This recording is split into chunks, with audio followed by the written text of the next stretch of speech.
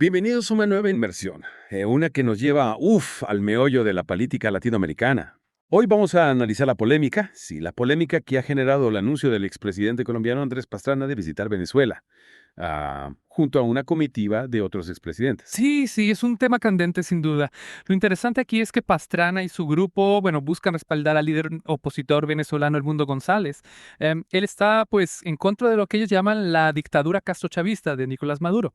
Y claro, este viaje ha desatado un montón de reacciones, especialmente del presidente colombiano Gustavo Petro, que ha dicho que no va a participar. Claro, la postura de Petro es firme, ¿no? Se niega a reconocer la legitimidad del gobierno de Maduro, por las dudas sobre la transparencia de las elecciones, ¿no? De las elecciones pasadas.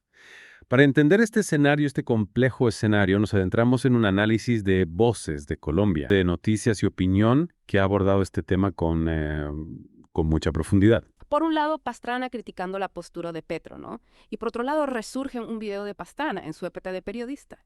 En este video, él se dirige al dictador chileno Augusto Pinochet. Y lo hace con mucho respeto, él lo llama presidente durante una entrevista. Aquí es donde la cosa se pone interesante. Es inevitable, ¿verdad? Sentir que hay cierta contradicción en la postura de Pastrana. Critica la hipocresía y al mismo tiempo emerge este video donde él mismo es bastante amable con Pinochet. Un personaje con un historial, complejo de violaciones de derechos humanos. Sí, es una yuxtaposición poderosa. Voces de Colombia resalta, fíjate, el uso de un lenguaje muy respetuoso por parte de Pastrana hacia Pinochet. Utiliza palabras como presidente, señor.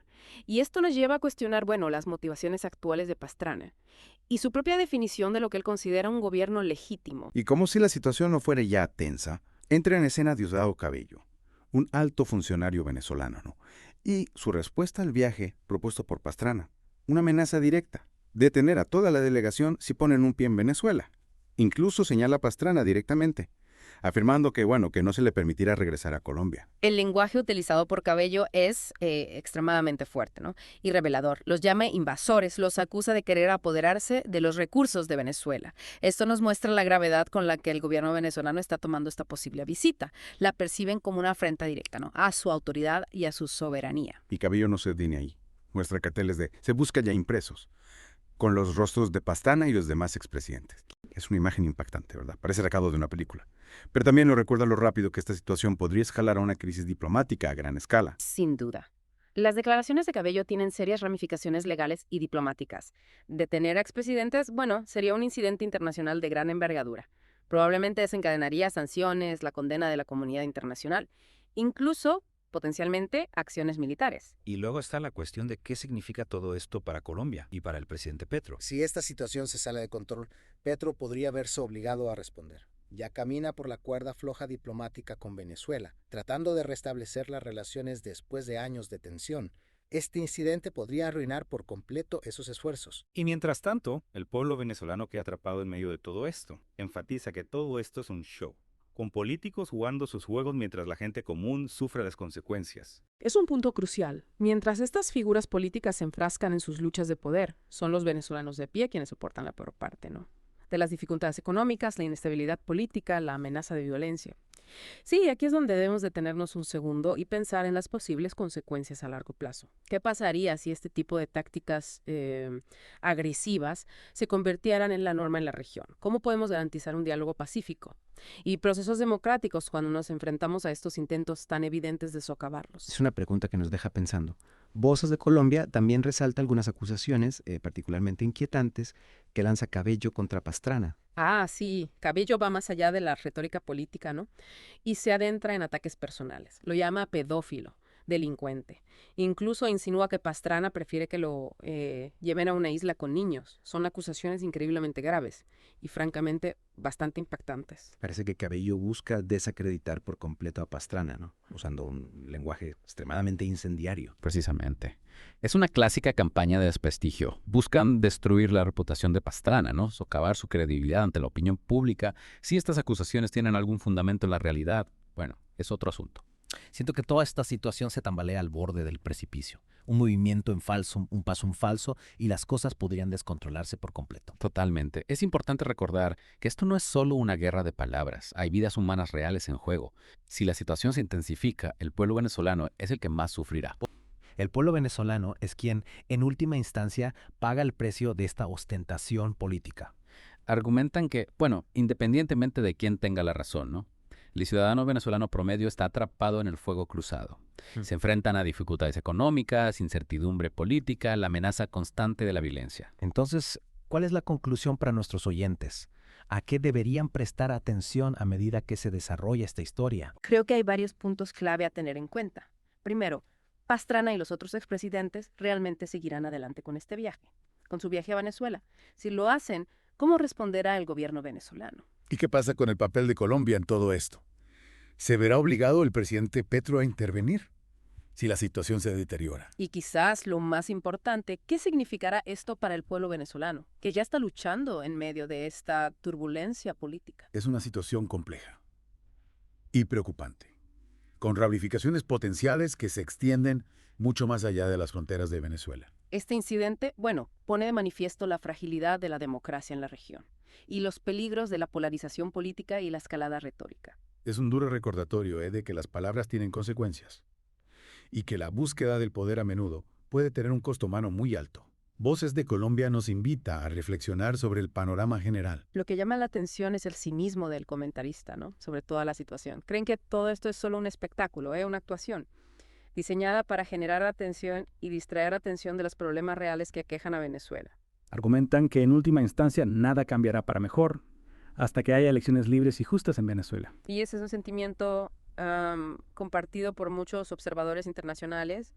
La falta de procesos democráticos legítimos, ¿no?, está en el corazón de esta crisis. Es fácil perderse en el tira y afloja entre Pastrana y Cabello, pero no podemos olvidarnos del costo humano.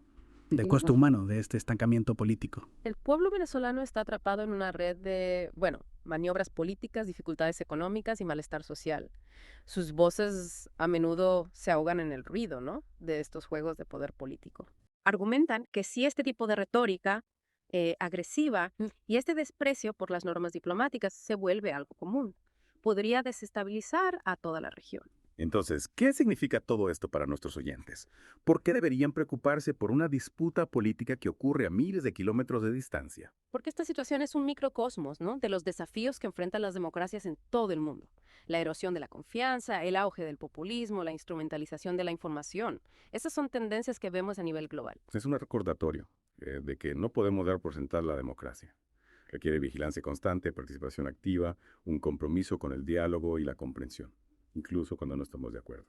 Y es un llamado a la acción, ¿no?, para apoyar a quienes luchan por sus derechos democráticos, no solo en Venezuela, sino en todas partes. Es cierto, invita a la reflexión. Y Voces de Colombia también nos recuerda la importancia del trasfondo histórico. No podemos olvidar que el chavismo, con sus raíces en Hugo Chávez, ha marcado profundamente la política venezolana.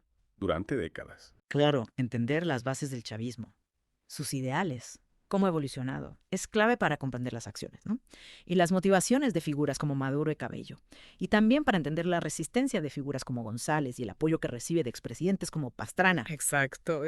Es como si estuviéramos viendo un choque de visiones, ¿no?, sobre el futuro de Venezuela. Y en medio de ese choque está la gente, tratando de sobrevivir día a día. Voces de Colombia plantea una pregunta fundamental. ¿Quién realmente se beneficia de esta situación? Parecía que más allá de las ideologías, ¿no?, de las declaraciones altisonantes, hay intereses particulares en juego. Y el bienestar del pueblo venezolano queda relegado a un segundo plano. Da la impresión de que esta situación, es un síntoma de un malestar más profundo en la región, ¿no? Vemos polarización, desconfianza en las instituciones, líderes que priorizan el poder por encima del diálogo. ¿Esto es un reflejo de lo que ocurre en otros países de América Latina? Es una pregunta compleja. Si bien cada país tiene sus particularidades, sí hay tendencias preocupantes que se repiten en la región.